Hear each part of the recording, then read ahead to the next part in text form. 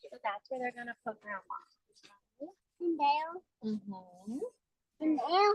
Uh-huh. Why? Honey, because she died. And we put her to rest. Yeah. Yeah. You said, are we going to see or put them in the ground? Yes, we're going to see them put her in When are you going to show Mom? the soon, love. When's it gonna start? You have a lot of questions. It's a beautiful flower. Mm-hmm.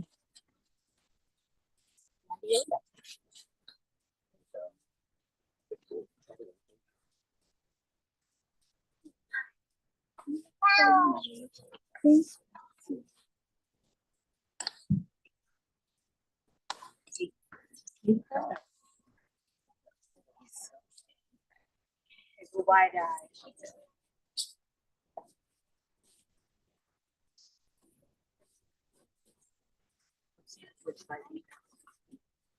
Oh.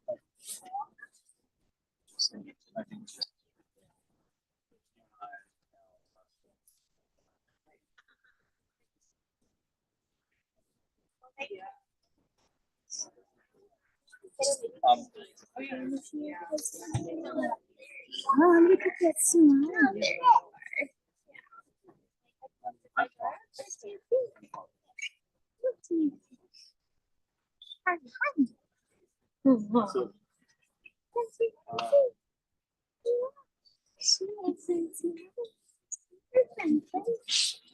Super complicated.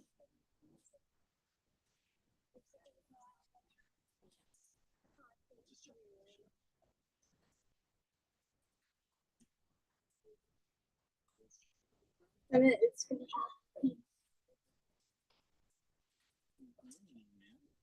Have a smile on your face. Yeah, then we can scoop that here.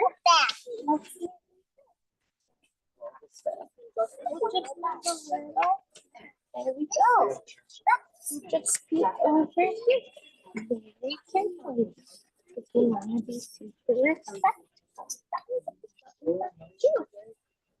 Yeah. Do you want to come out, baby?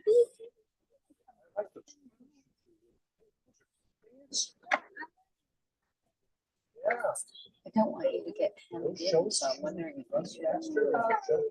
You know, that way you can exit stage backwards if you need to. Keep going. Yeah. Yeah. Keep going.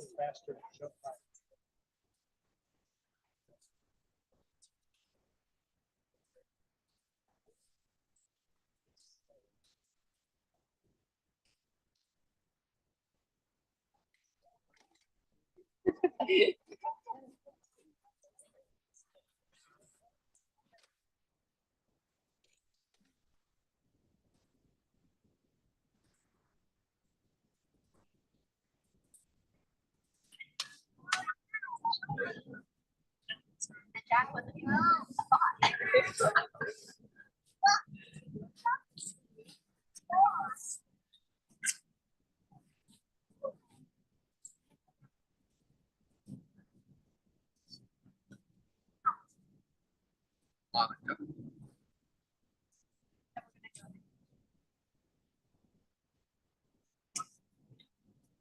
right there.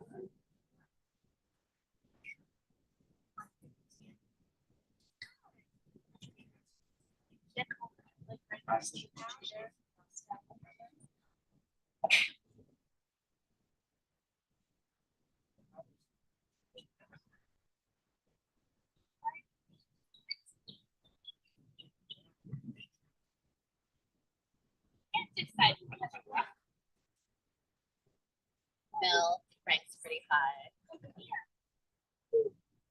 Yeah.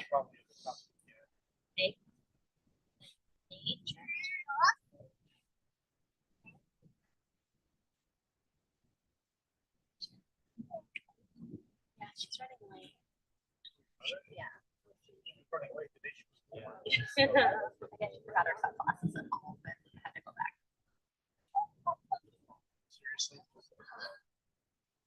I don't know.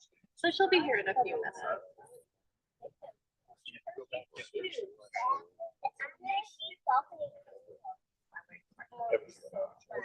Yeah, I'm going to stay with Daddy. I'm going to stay with my you are? Baby. That's so fun. That's exciting. Sleepover. Having for a sleepover. Your brother? Oh, wow. I bet that's gonna be fun. Sit on the side. Yeah.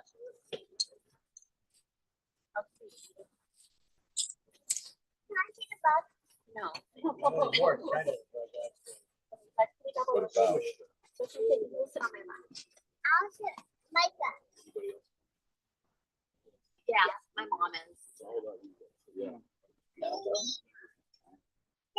No, wait for him. I have that. Andronic just took her. Yeah. Oh, I'm sitting. Oh. Thank you. You want to sit on mommy? You can maybe sit by Nana. That's pretty about. Come.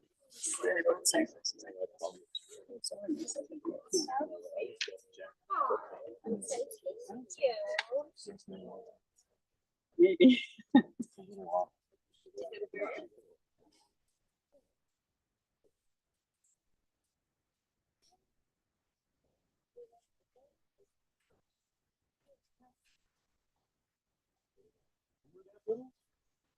Well, she saw photos of it last night. I didn't want to be in this. We were looking at photos of when we announced the gender of each of us. And Dora found this big poster where different family members guessed what she was, a boy or a girl. And she was not all of us. My Reagan, and I guess my cousin was being a boy. But Yeah. my mom Did we? I was Lexi and Reagan. Uncle Jeff also thought boy, as was Monica. As was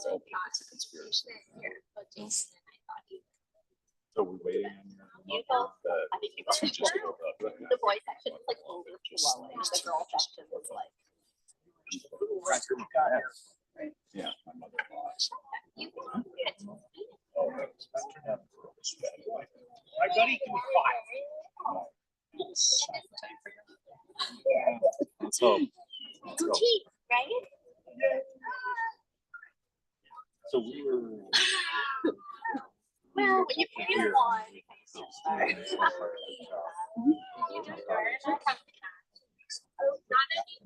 No, she did her this morning. She wanted a new color. She wanted, because we did her hair, so she wanted her hair and her nails. Oh my God. Yeah, I heard something about ice yesterday. Jason's bringing it over from his house. So there's that. Oh, look, there's Kayla. There's like nowhere to put it. So, So, yeah, everything's refrigerated. So it's chilled. It's It's getting. I will keep up. I'll get you a keeper. I'll get you. There's a baby. Stay there. I'll find a keeper. I'll find a keeper. Sorry, if you need to sit down, we'll find a keeper later.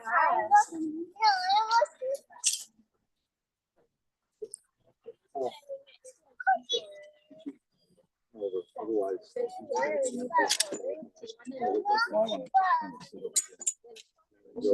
Otherwise, we look like we're feuding. You guys can have these.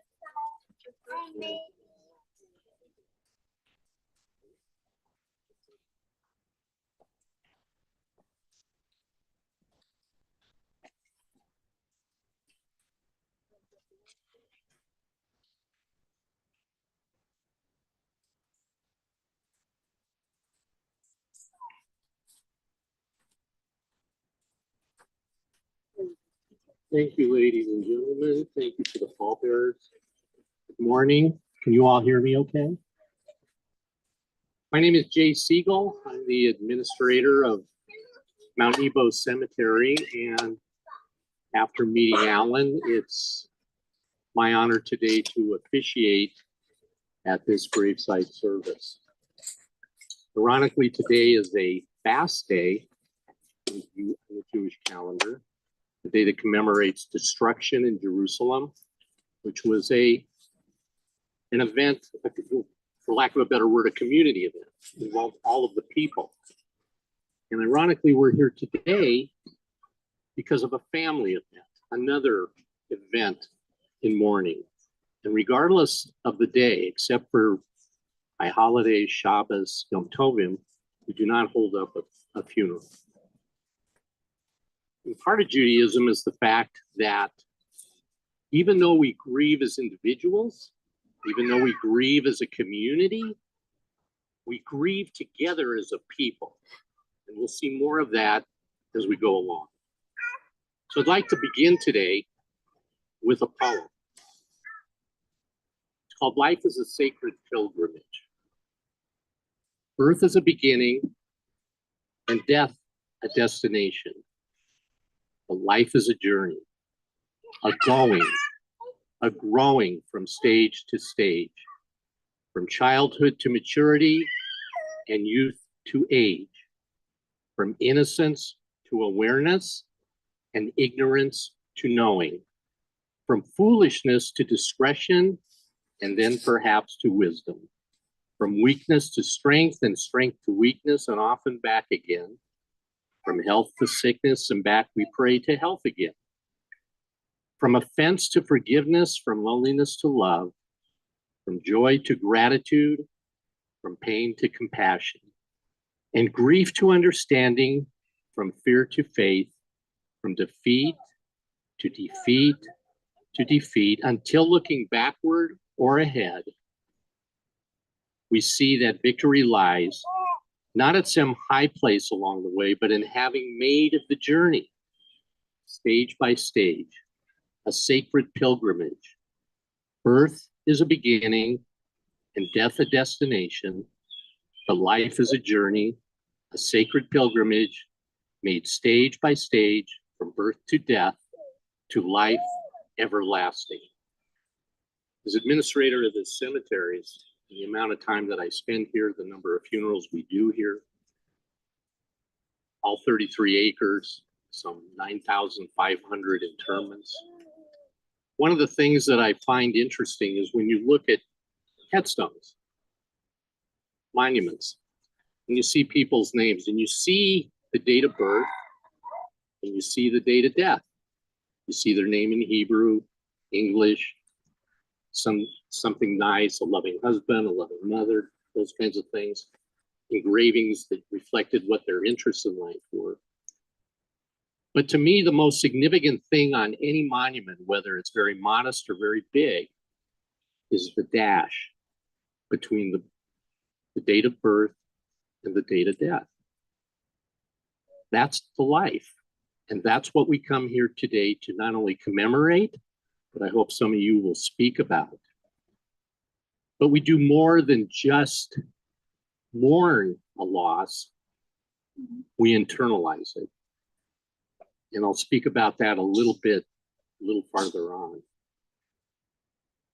Judaism is a faith that embraces all of life and death, is a part of life.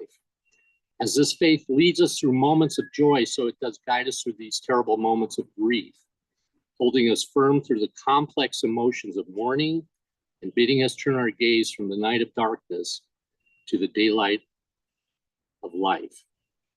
Very often people say to their clergy, to their rabbi, I prayed so hard that my friend, my relative, my mom, my dad, whoever might live, might continue on. And it's a hard question to answer. But sometimes God says no. So here we are. But Jewish funeral services, gravesite services, they're brief and they're simple. and they're designed primarily for the honor and dignity of the deceased. That's why we ask, since life is not a spectator sport, nor should this be a spectator sport for all of you. And I encourage all of you in a little bit to offer your thoughts and your memories, and your comments about Rose. It's most appropriate. One of the things, though, that we incorporate into the liturgy surrounding the Jewish burial, and it's used very commonly in Western society, is a psalm, probably the most famous psalm in all of liturgy. David Amelech, King David's Psalm 23. And I'm sure you've all heard it, and in a moment we'll recite it in English. And although it seems very dark, and very bleak, and sad, it really isn't. What David is trying to express is no matter how bad things get, how depressed we feel, how sad we might be, God is with us. God is our partner. We don't fully understand God, as one of my teachers many years ago said, when confronted by a lot of tough questions from a confirmation class full of kids. Rabbi this, Rabbi that. Rabbi said, if I understood God, I'd be God. But this psalm reflects that no matter how deep our blues may be, we still have with us the Almighty. We still have Hashem with us. We still have God with us.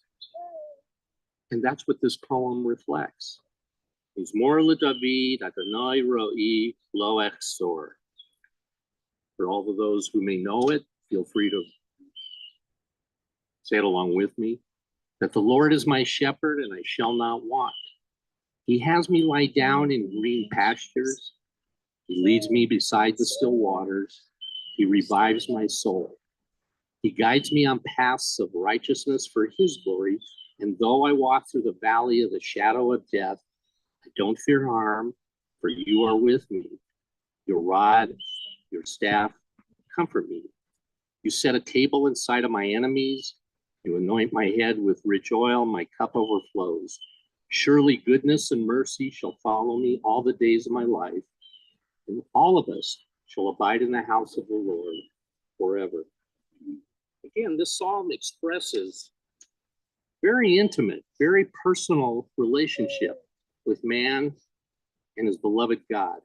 Their troubles may abound and agony may strike the soul, but there's this one comforting thought that the Lord is my shepherd. And as a shepherd seeks to guide and care for his flock, as he seeks fertile pastures in which his sheep may graze, as he always stays close to his flock and helps them grow and develop, as he lovingly embraces and raises up his flock who have been injured, so does God, the divine shepherd, watch over his flock. We, the members of this flock, may sometimes in our despair to doubt the justice of the shepherd. We may not always understand his ways, but we are confident that he is concerned with our welfare.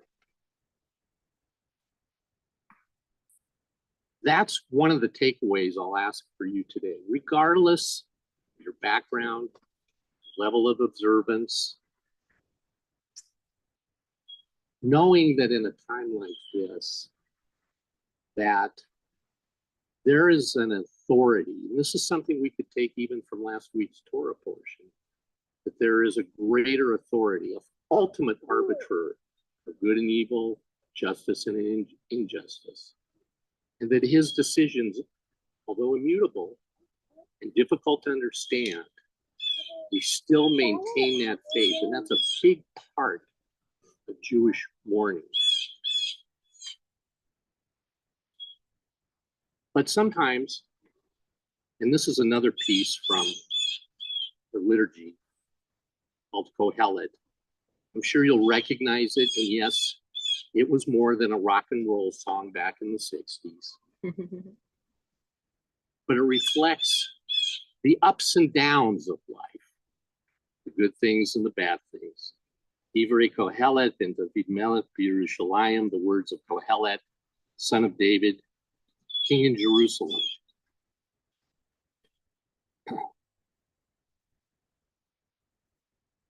L'kol zman v'yet l'kol kafes tachat hashemayim.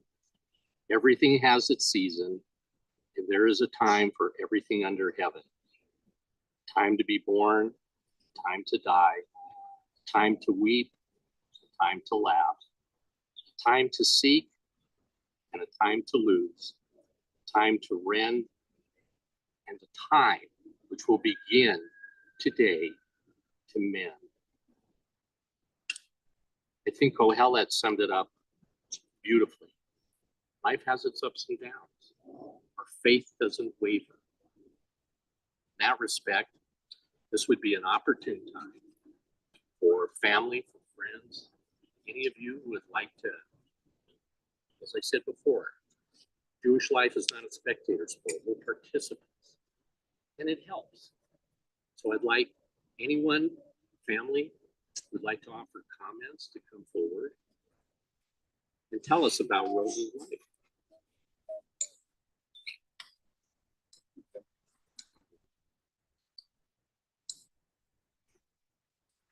And I may want to hold a little bit onto the microphone because it's a little.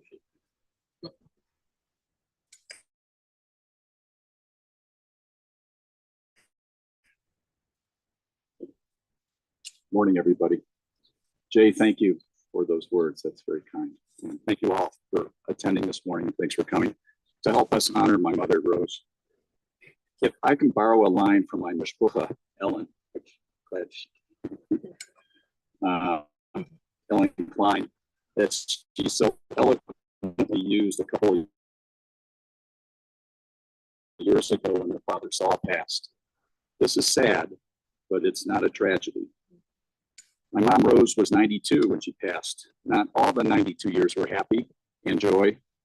The last 5 years or so were not high quality of life and don't really tell the whole story of her life. She was born in Detroit, Michigan in March 1932. And that date bears mentioning again, 1932, because many here might not catch the significance of that year. Not only was it before World War II, obviously, but also at the start of the Depression, in the Depression years. Her parents were immigrants from Callaway, Poland, about 135 kilometers. That's 83 statute miles for those of you not in the airline pilot world. About 135 kilometers southeast of Warsaw, and about 300 kilometers or 186 miles from Auschwitz. Her father, Morris Weberman, and his wife was from the same city in Poland. They started their life in Detroit along with some other relatives. There was the bakery they owned through the Depression, and my mom was one of 6 siblings, 6 in total. She was the last surviving member of that family, the youngest of the group. There were the 1930s and the 1940s. She met my dad in the 1950s, marrying in 1953. And in 1957, I came along, and Craig in 1960. Middle class, post-war life boom in Detroit as people started families and moving in the cities and then towards the suburbs. She was a stay-at-home mom of the 60s. She didn't drive and worked part-time as a lunch mother, an operator at Spiegel's American Concrete Institute, which was located at the end of the street that we grew up on. So she was able to walk to work and let the dog out for lunch. A very simple life. She retired when my dad retired, and they finally sold their home in Detroit long after the neighborhood changed. They were literally pushed to buy a condo in Delray Beach, Florida by her sister Edith, who also, by the way, set up Leslie and myself on a blind date. My parents moved to Florida in early 1992 when I drove them down in January to their condo. My dad passed away a little less than 1 year later at the end of 1992. Leslie and I moved, and our family moved from Detroit to Denver in 1993. My mom stayed with us for a while after my dad passed. Then it was time to start her new life. And it seems like don't worry about it, the phrase don't worry about it, became a daily mantra from that point forward. Life changed at that point. She had to transition from a dependent spouse to living on her own. She learned to drive, pay bills, changed her social circle from a couple to a single person.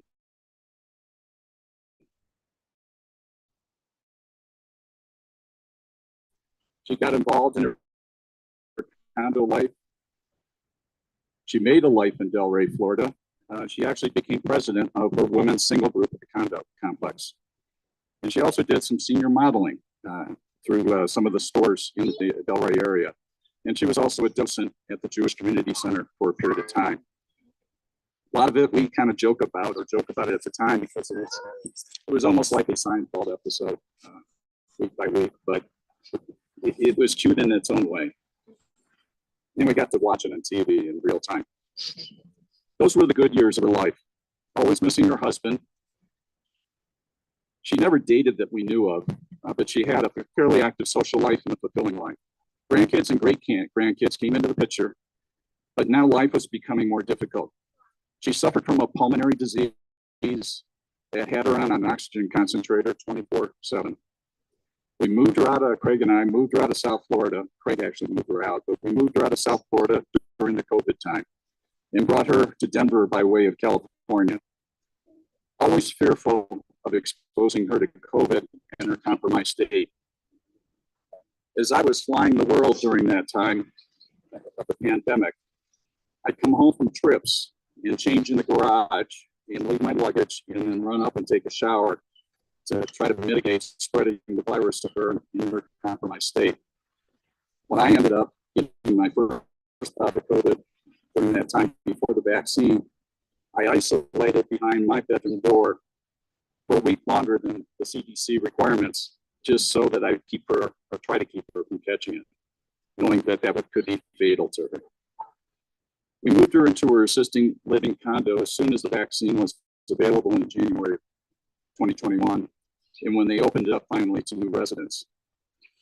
Her world became smaller as time went on and changed significantly in this past year. We tried to do our best to help her meet the challenges that life threw at her, but she was also very stubborn, as I was told by every caretaker that she had. While life is unpredictable, we tried to provide comfort, care, and help for her transition to a better place. May her memory be a blessing. Thank you.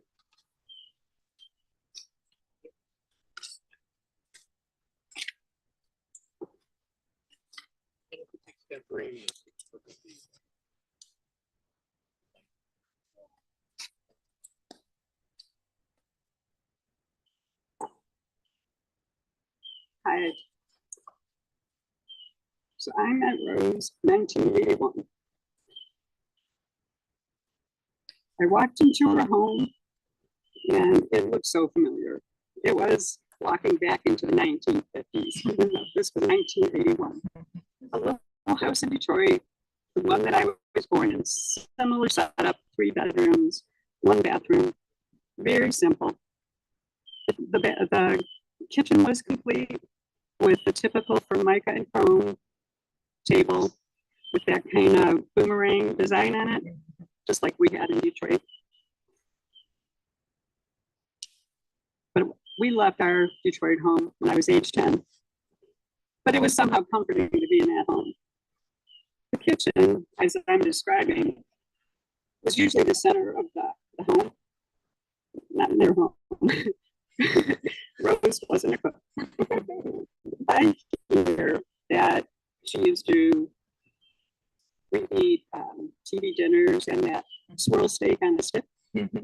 But I do remember several family dinners, not many at their house, but it was slow, course by course service. her homemade mushroom barley soup, which was really good, brought out on a tray, sat down, back to the kitchen. Next, very slow process, but memorable. Rose and Joe were definitely creatures of comfort. They liked their routines. Every Thursday, Friday, and Saturday night, they went out to dinner. And it was nice to be included and see some of the places that they like to go to. Rocky's Pizza, for those of you from Detroit. That's one of them. She was a traditional wife and mom of the 50s at that time. The weekends were structured because she didn't drive. Joe would take her to her hair appointment to get her hair washed and curled and bonded up every Saturday, and then come home and they would relax, cut grass, or do whatever they had to do. She was very lucky because she did not drive. She was fortunate, as Al mentioned, to be able to walk just down the street to go to work, which was like a miracle because it was a residential neighborhood. She was very influenced by her siblings, mostly her sister Edith. Edith was my neighbor growing up and a very close friend of my mother's. And our families vacationed together in the summers. And as Al mentioned, Edith is the lady that played matchmaker between the two of us. But she also was a huge, huge influence on Rose. It's like Edith had this notion that Rose can do better. By the time they moved to Florida, Joe was very sick. But Edith tried to get her to replicate her own life, go out on the walking path, get some exercise. Rose did reject some of that, as we know. She's not an exerciser. So once Joe passed away, Rose did find her place in Florida, and mostly it was through Edith's guidance.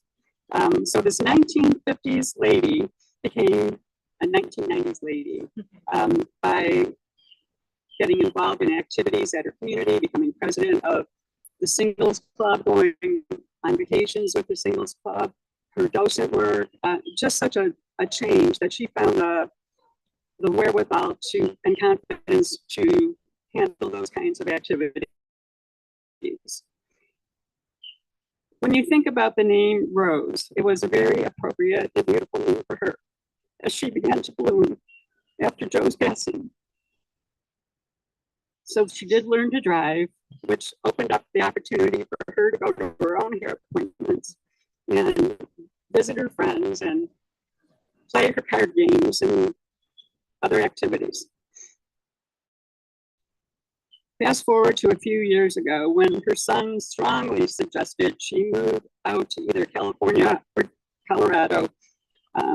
It was our good fortune that she eventually ended up landing in Denver after several months stay with Craig and Jackie.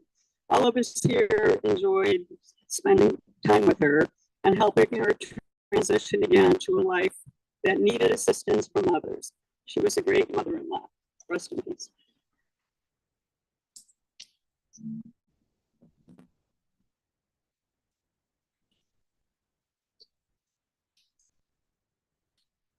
So I didn't write anything down, but I had the unique opportunity to live with Rose during COVID at my parents' house. It was really special. I feel like I got to know her a lot more over the last 4 years or so than I did my entire life. And most of you know I own a photography business, and that business wouldn't exist if it wasn't for Rose. She actually was the one who really encouraged me to follow my dreams with it. And I was really going back and forth at the time of if I wanted to enroll in a course to learn how to set up a photography business. And I was very surprised, was really encouraging and told me to, do what I want and follow my dreams. And so I enrolled in it. Now, fast forward, I own a business, and it was nice when she ended up moving to Sunrise. Anytime I posted a photography session, I would get a phone call without fail every single time. It's talking about, oh my gosh, I saw the most beautiful picture on the iPad. She went Facebook.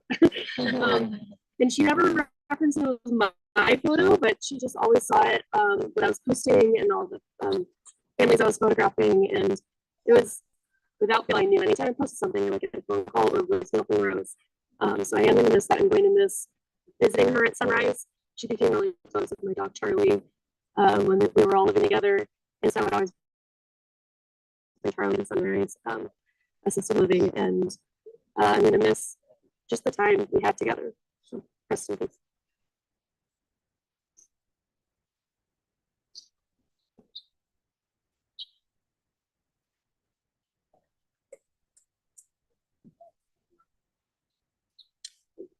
All right, so I can talk on behalf of the eldest grandchild.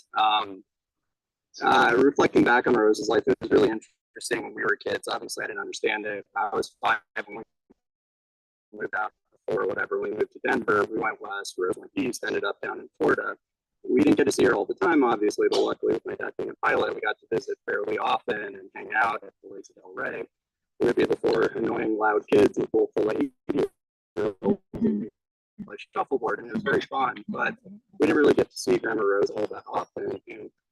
And we did get some extra special times, and the Denver Berlinberg crew, we would kind of, and many of us would say one of our best moments was when we went on our cruise with her, which was on New Year's Day, probably a decade ago or so.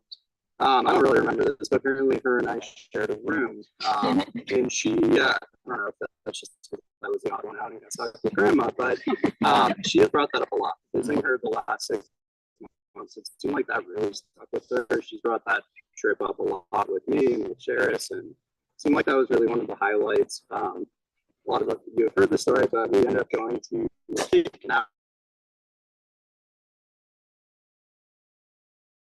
Canaveral instead of Port Canaveral, which was going out. It turns out those are 3 hours apart trying to catch a cruise. So my dad and I were driving separate rental cars about 110 miles down the highway. I was driving with Rose in the passenger seat. Honestly, I'm surprised she made it this long. I thought she was going to die then. But it was a good story to tell. It ended up being a wonderful trip. And then fast forward a couple of years, quite frankly, COVID was one of the better things that could have happened for her. Just with my dad and Uncle Craig bringing her out, getting her out of Florida, she would not have done well. She was declining on her own, wasn't really able to take care of herself. And then with the whole pandemic looming, having her around a couple of years, I didn't realize she's been there for 2.5 years at this point. But for her to be able to see our kids, and I know Sheris going to comment on that, but they really brought her a lot of joy, and getting the great grandkids with our kids, and then Jack coming along later, really was very, very helpful. She loved them, and it really brought some extra light to her last couple of years. So I would counter my dad in saying it wasn't necessarily her greatest years, but it was very different, just being very close to family and seeing everyone so frequently and seeing the next generation coming up. It's different, maybe not her best health time, but it really was special for her. So that's all I got. Rest in peace.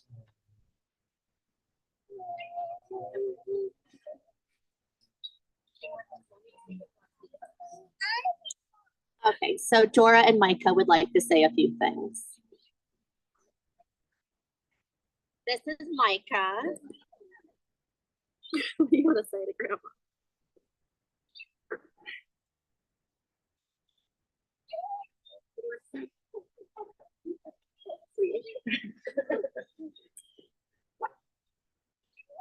Are you done? No. What are you gonna say? Eva. Say it one more time. Eva. Will you say it? I love this. I love you, Grandma. Say it louder, please. I love you, Grandma. Okay, that was very nice. Okay. This is Dora. Grandma was so good. She did a lot of buckling to us, and she loved the song that I sing. And she loved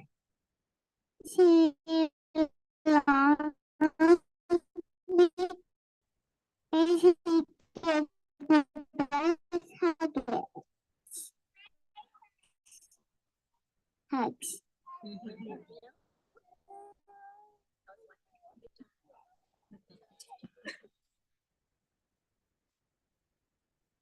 Okay, so I did write down my remarks. I'm Sheris. I'm Adam's wife. So I remember the first time I met Rose. It was in 2016. Adam and I were newly engaged, and we flew to Florida to stay with Rose. And wow, it was a different place. It really was like an episode of Seinfeld. All these older people sitting around the walking path and picking in the pool, and it was different. And then over the 3 days when we were there, we went to a lot of diners, played a lot of dominoes, and had a lot of laughs. And I really came to love and respect Rose. She was very kind to me, and she instantly welcomed me into the family with wide open arms.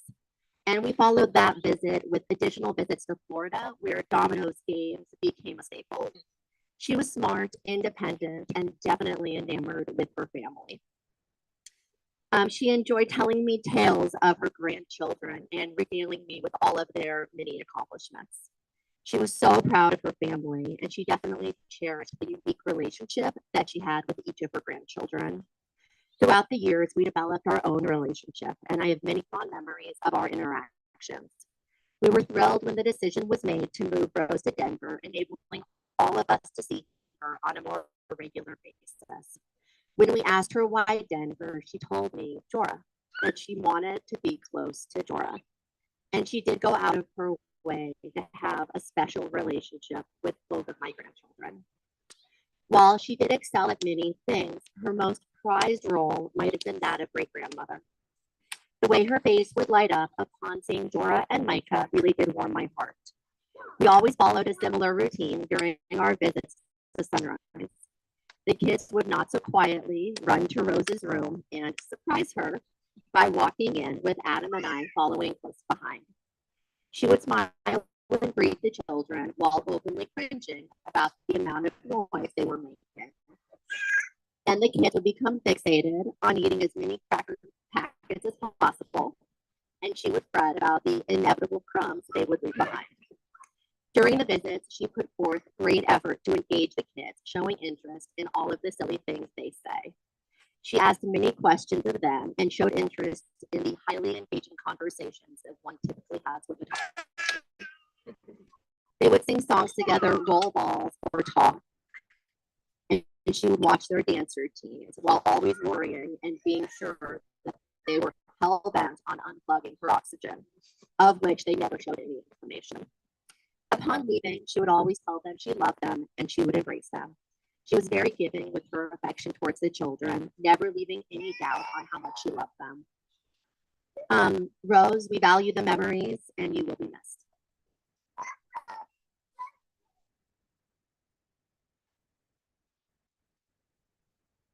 I'm Andrew Berlinberg, a nephew of Rose's, and I met her way back in 1963 in the heart of a stay-at-home homemaker period. And she actually watched me until my younger brother was born in 1966. So the first 3 years of my life I spent with Rose, which of course I don't remember. I do, though, remember how family-oriented she was. Like over the years, we would always get together, families for holidays, and there were 4 of us boys on the Berlinberg side, a separate kids table, of course, and then the adults in another place. And those are very fine memories. And whenever I would speak with Rose, she would always ask about how I was doing, how my family was doing. And it's a huge testament to her today to have such a wonderful, large family. 7 grandchildren, 3 great-grandchildren. And we've all heard how dedicated she was to her family. So, Rose, well done, and may you rest in peace.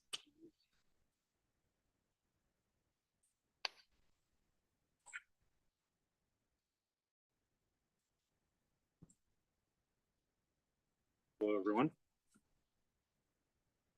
At the end of 2019, I flew across the country to go spend a few days with Grandma Rose, partially for a mileage run for flight status, but it helped that she lived the farthest point in the continental U.S. from where I live in Seattle.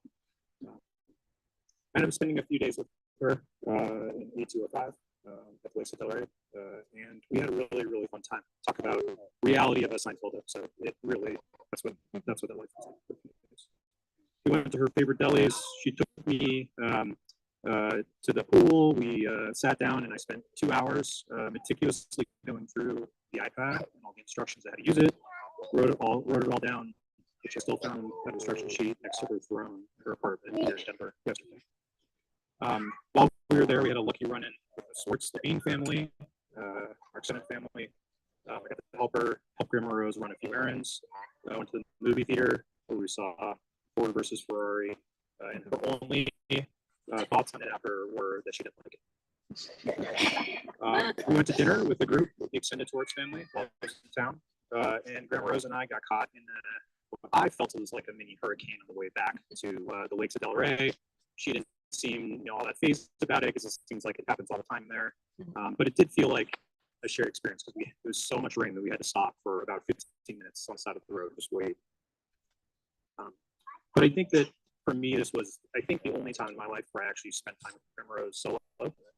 Other times it's always been the family, a family event, a function, rushing to go do a dinner or a bar mitzvah or something. And as an adult, I got to actually go experience her life before she moved elsewhere, began the next chapter over here in the west side of the U.S. But it was really special. Obviously, things changed a lot when she moved here. For whatever reason, she was always concerned about the weather, even though she never left her apartment. But I was found that to be kind of funny.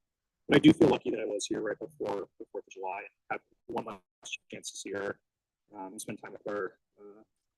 She, in her own stubborn way, still really tried to keep up with all of us, which I can understand was quite a tough task given we're all over the country and her family.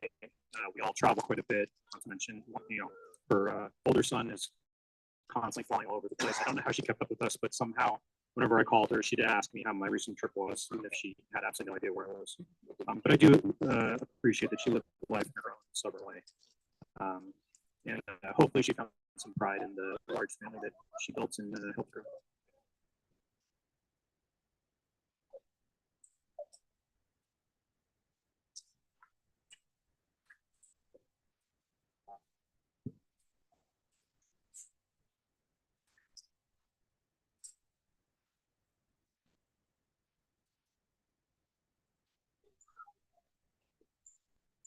Hi, everyone. I'd like to echo a few things that people have said.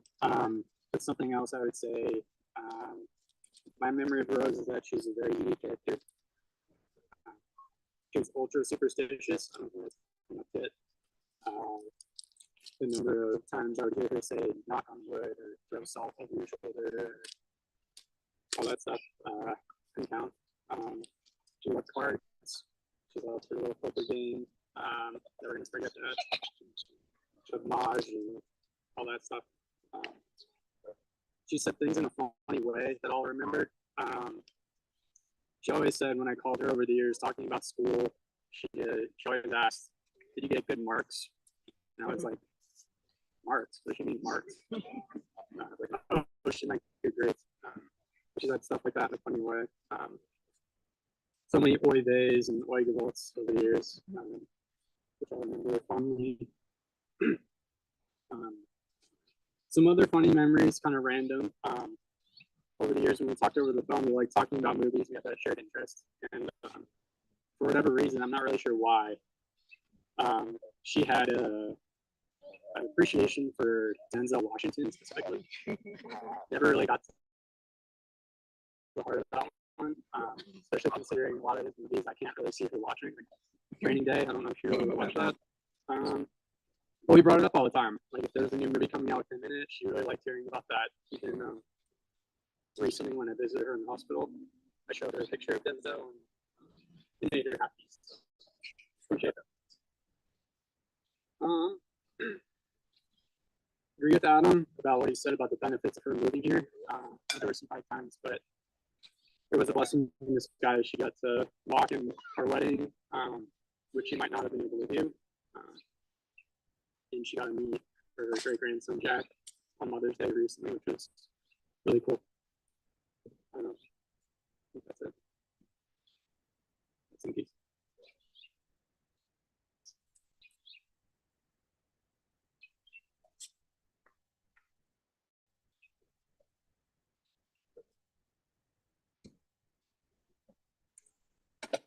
So for those of you who don't know me or don't know, I'm Craig, Rose's youngest son, Al's brother.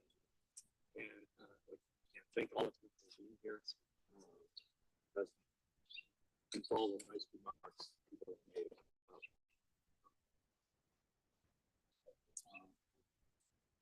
I guess I don't really like to add a lot of details. We all had our perspectives of our mother. obviously Al and I have special respect for her.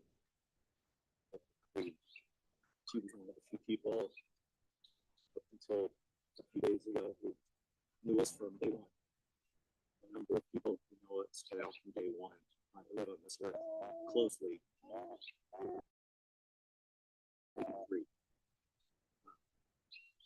I just want everybody to sort of fall on that a little bit.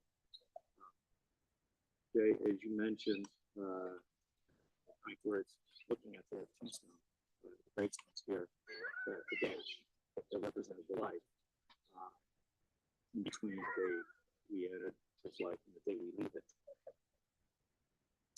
Is a kind of an apt summary of what maybe a lesson as to the importance of what we do here. But the defense of the it's probably a good thing because if my mother had to print up her resume, so the accomplishments that most people would have, there wouldn't seem to be a lot there.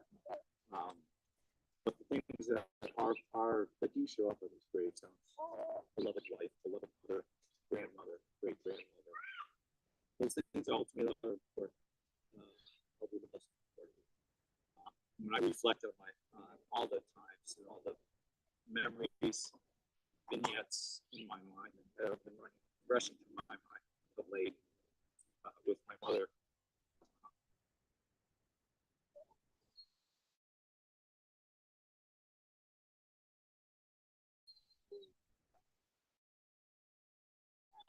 Ultimately, the common theme is that she was always present, even though maybe she wasn't literally present. And obviously, I left California many years ago, over 40 years ago, and then Al and his family left for Denver. We created a geographical challenge for my family, and when my father passed away and my mother was left alone in Florida, it was a dilemma. She solved it to her credit as best she could, and despite the long barriers, she remained a presence in our lives and our families' lives. And I like to think that there's a lesson there in terms of as we go through the stages of our lives. There was a time when my mother was a young mother, a mother of young children, had to attend. Sure, sure, son right now. And growing up, there was a time when the world seemed made for her, and then gradually, as there was a time when the world seemed to get ahead of her, like it does for most of us eventually. And what things are important, and the things that are important eventually are here today. Children, grandchildren, great grandchildren. Now that she's gone, the body is say goodbye to the body. And she lives on in our memory. And it's important for all of us to continue to teach our kids, our grandkids, about where we came from, where we fit in the whole scheme of things. It's not all about us in the moment, but we do need to savor our lives. Certainly, trying to savor this episode, saying goodbye. We remind all of us to do the same.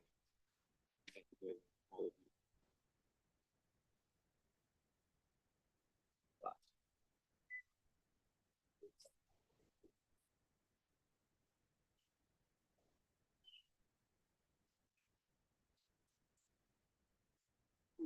I'm Jackie Berlinberg, Craig's wife, and I just want to say how wonderful it was to be to have Rose as a mother-in-law. Most people find that very cliche relationship and can be contentious and difficult. It never was for one day with Rose. She was nothing but respectful, kind, loving, and a really wonderful grandma to my girls. She, from the day they were born, she would be so engaged when she would care for them and be the first one on the ground to play games. And as Leslie said, she wasn't a cook. That wasn't her contribution. But she would totally engage the kids so that I could, because I love to. And we enjoyed many vacations together. We enjoyed time in the Florida Keys, at her place in Del Rey, and we took her to Hawaii one year. She came out to California a few times, and we spent time back in Cornell. And we have many, many really fond memories of our time together as a family. And she was always easy to manage. And when she finally raised the red flag or the white flag to come get her in Florida and have her come out to California for a while and stay with us, we didn't have a lot of time to prepare, but we managed it, and it was my honor to help take care of her for about 5 months. I'd like to think she enjoyed the time with us. We enjoyed the time with her. More time to get to know her on a day-to-day basis, and what she needed in a very unique time when things were pretty stressful for her, to make the big change to say goodbye to her Florida life and her independent life. But we were honored to have her and enjoyed.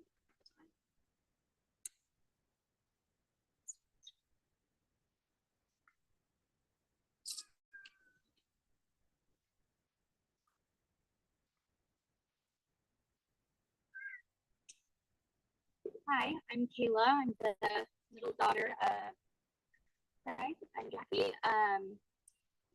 I didn't write anything down specifically, and I'll keep this pretty brief as well, because as we've seen, there are 7 of us grandkids.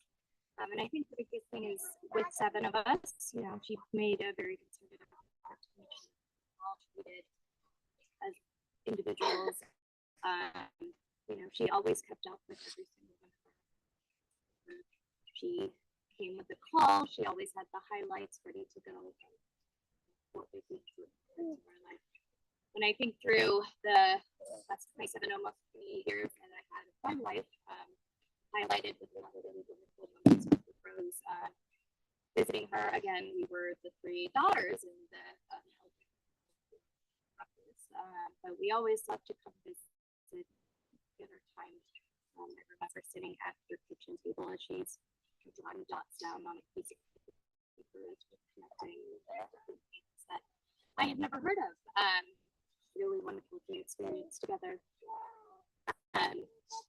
Over the past few years, as I'm living in Seattle and creating my own life, she always tried to do that possible. Although she always got my dog's name wrong, it's Ferdinand, not Ferguson. But I found that equally enjoyable as well. A lot of very special moments with her. I'm really going to miss and cherish the times that we did have.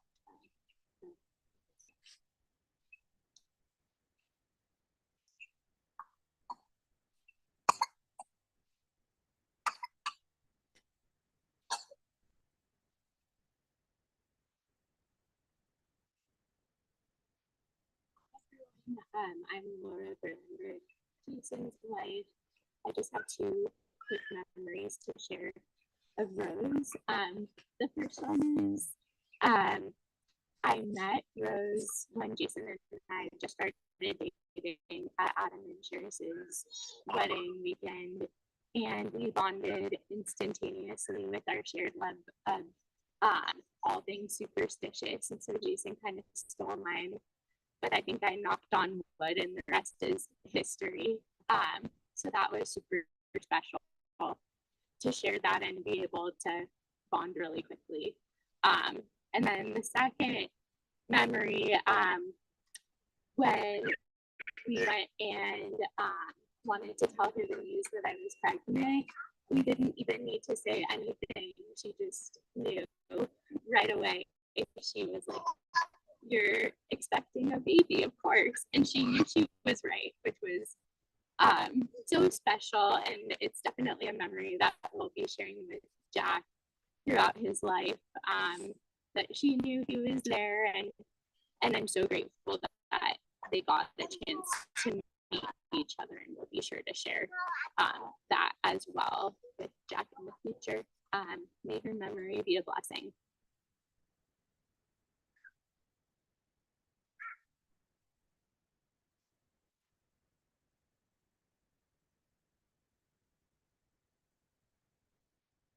I did write something. It's just on my phone. Oh.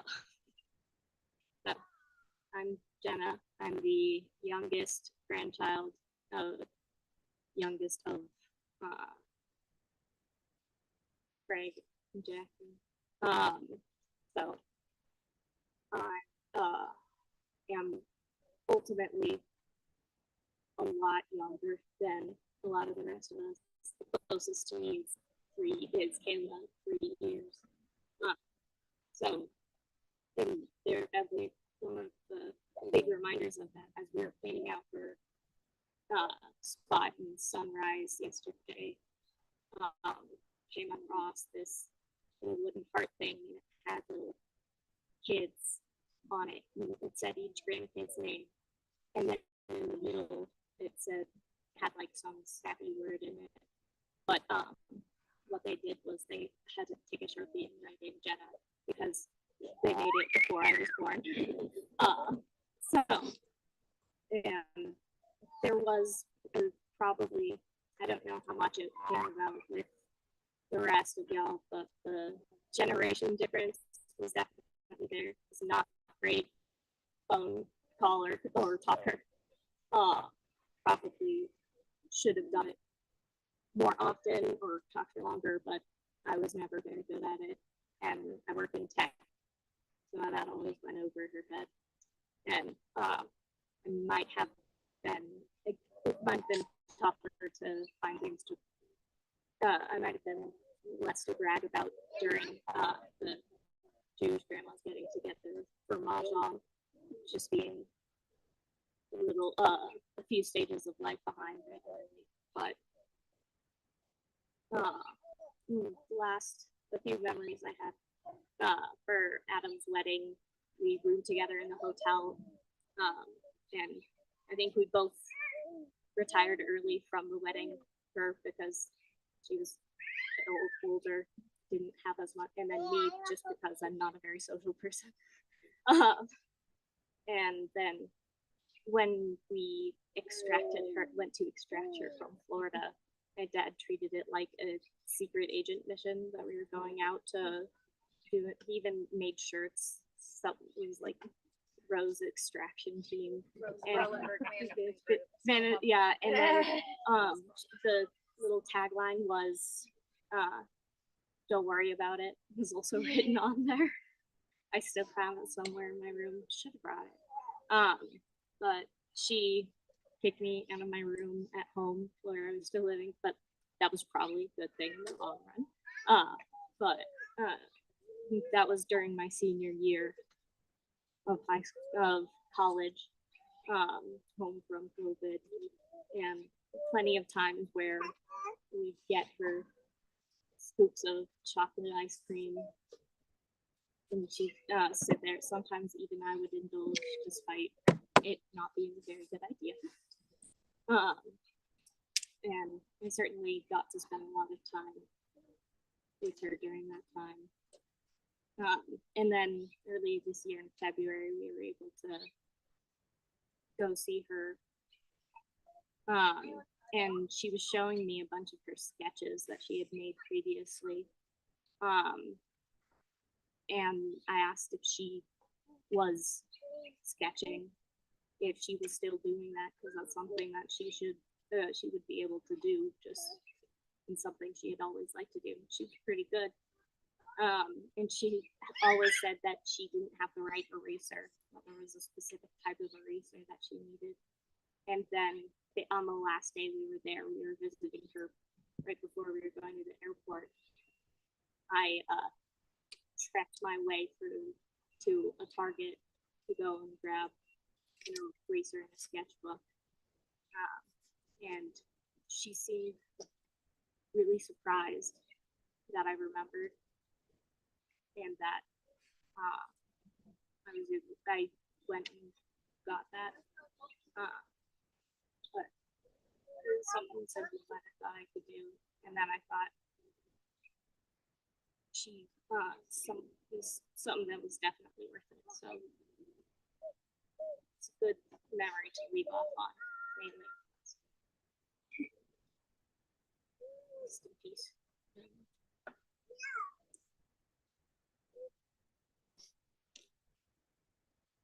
I feel even more honored to be officiating today. I too was blessed with a grandmother named Rose, blessed memory. Now blessed with a grandchild whose middle name is Rose. So Rose lives on. Rose lives on. And the other thing is I want to reassure the parents having raised two sons. It's okay if kids are fidgety and make noise. They're alive. As we commemorate the end of one life, we celebrate the beginning of new life. And part of our mission collectively and as a family is to instill in those children that memory. We'll speak about it just a little bit later. And Al, I want to say to you, I think I would have enjoyed growing up in your house. I'm a big fan of the 50s. I wish I was an adult in the 50s instead of a child of the 50s, but as you found out talking to me, loved prop planes of the 50s and cars of the 50s. So at this point, we're going to move to the next stage of what we need to do here today. And again, just like all of you proved just now, it's participatory. Think of it as like when you were a little kid or when, as a parent, when you tuck your child into bed. So what we're sort of doing today is tucking Rose into bed for the final time. And our acts now can never be repaid. It's what we have to do. She cannot repay us. It's a good time to think. If there's any forgiveness you wish to ask for, now's a good time to do it. But in a moment, I'm going with my crew here. We're going to lower the casket in the grave. And when that's completed, I'll have the immediate mourners rise and we'll pin on the Kriya ribbons.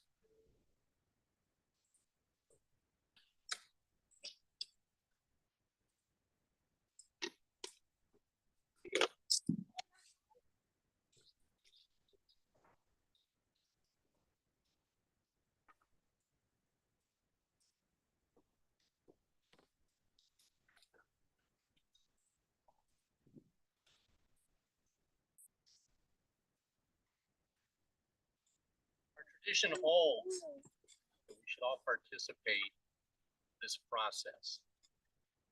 We're reluctant to do it, but we have to do it.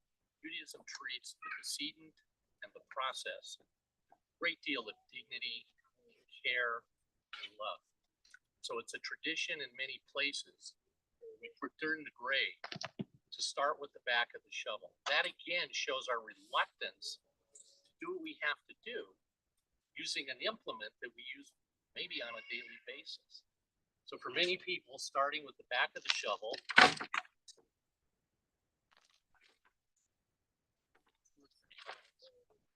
we're turning the shovel over, adding dirt to the grave, as you can or you want, a little bit of help. Say, the dust returns to the earth as it was, but her soul returns to Hashem, to God, who gave it. It's the family to come forward first on either side, participate in this project. After that, everyone is invited to participate in this aspect of the burial. We'll conclude the service once the casket is fully covered. The other part of it is too, is tradition holds, don't hand the shovel to the next person. It's an individual act. Place the shovel back in the earth.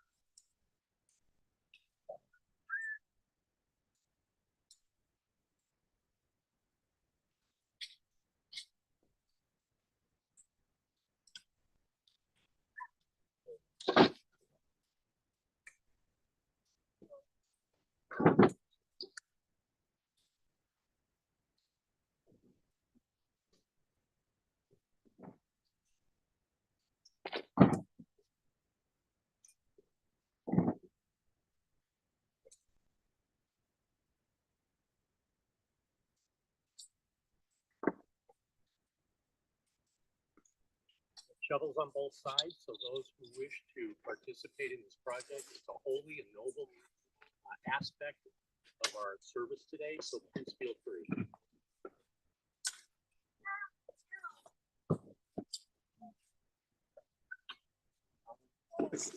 And is there anyone else that would like to have a career with? Today, of course, you know, there are people that we should kind of move that.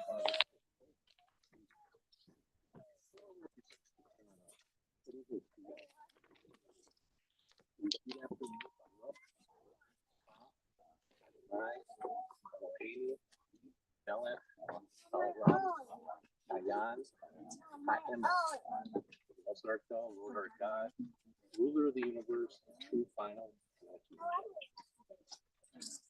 You know, I have a feeling. I'll say this publicly. The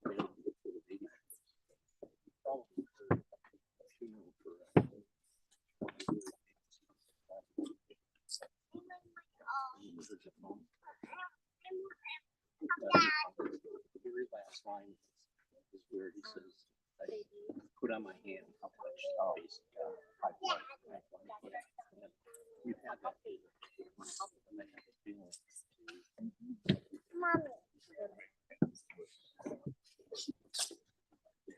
They were making noise before you got here.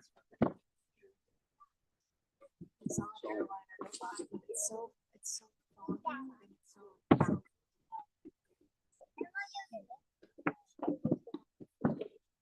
Cemetery requires graves have to be filled.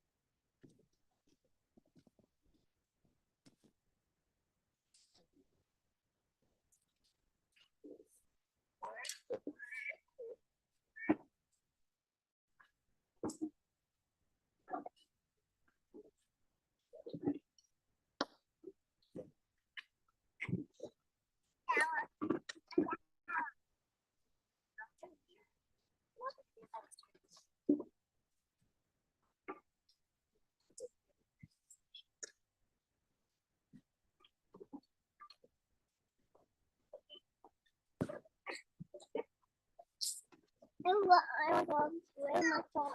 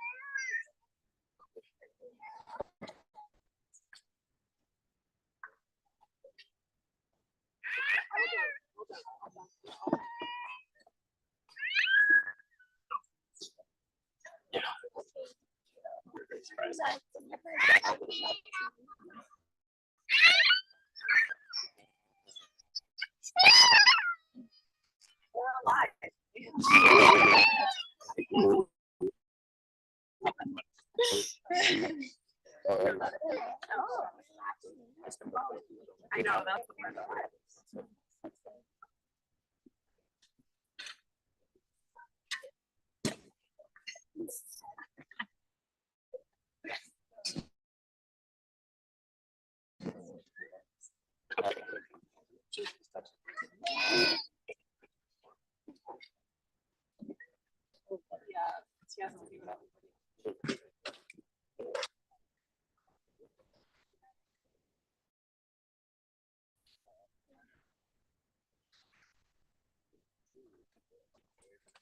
Yeah, no. Ladies and gentlemen, if you would maybe come back to your seats for a moment, we'll get ready for the conclusion of this.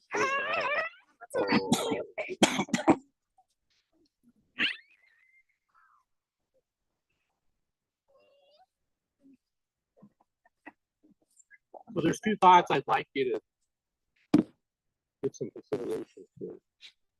This cemetery provides a place for you to come in the future, pray, contemplate, mourn if you choose, remember. The cemetery exists for the holy eternal,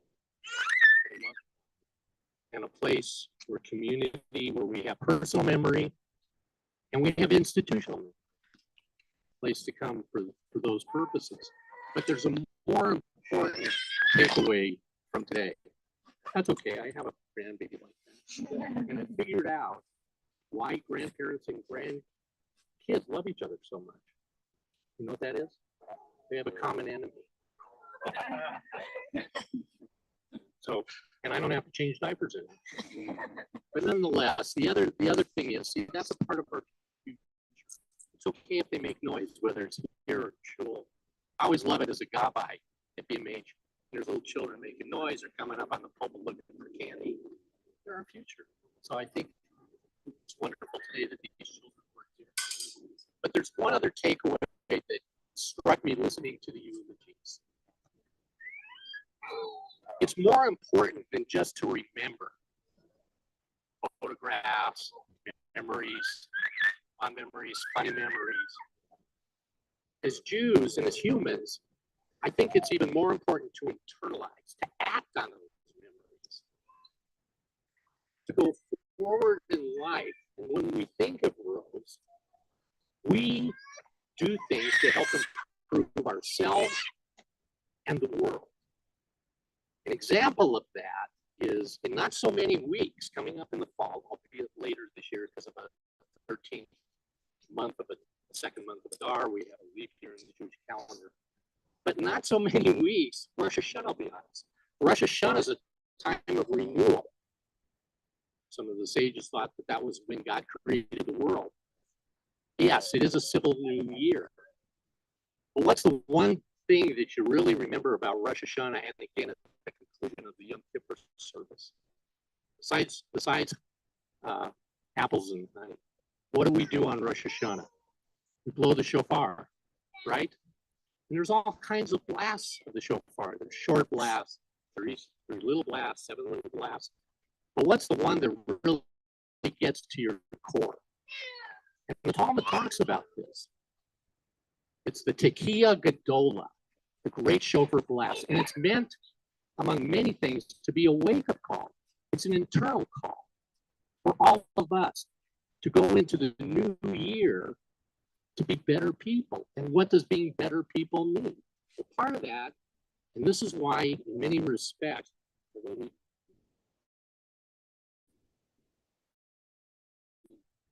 Turos today, a good person, a person we love, a person who inspires us, never truly dies. That Tekiah Gedola this coming Rosh Hashanah, when you hear that, let Rose's memory be an internal Tekiah Gedola in your life. I'm going to be a little more charitable, a little kinder. I'm going to waste less time and engage more in study or prayer or charity or love. In that respect, yes, Rose is here, will be here, and there will be a place for you to come and remember. But in your daily life, that's even more important. That's what being religious means. Everybody thinks being religious is, yeah, I go to shul, I go to minyan, I go to whatever the case may be. Being religious is how we act all the time. That's a fundamental tenet and message of Judaism. Yes, there's a room for creed, but more important, there's room for deed.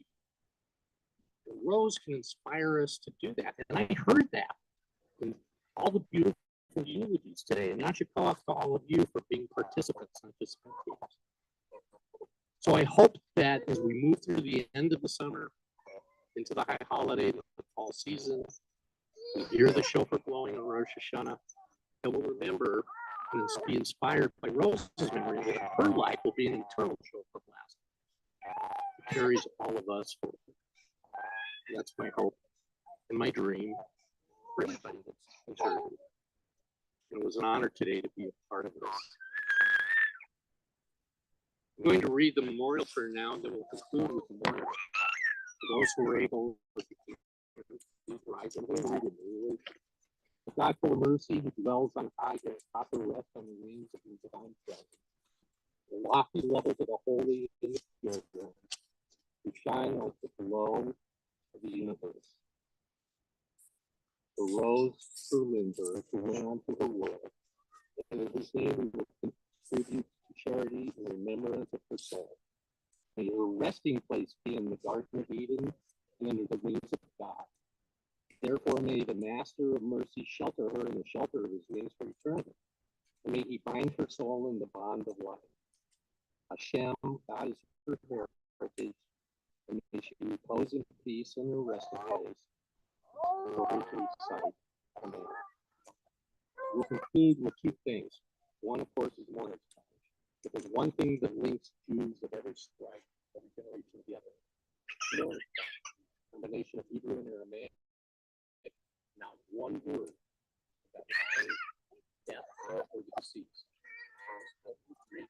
Before we exit the cemetery, once and for a final time, reaffirm those who are able to join with me, anyone on the yard side and another period of mourning.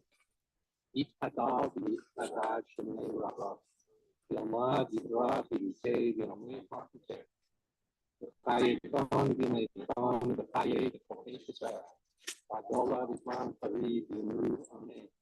Yaveshne, Rabba, the Barak, the Run,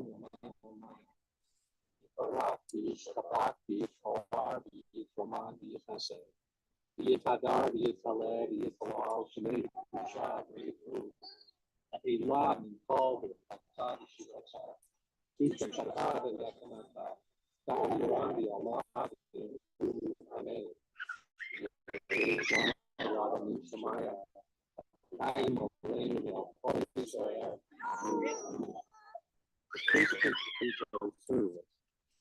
what I'd like to do is ask everyone who's not an immediate mourner, right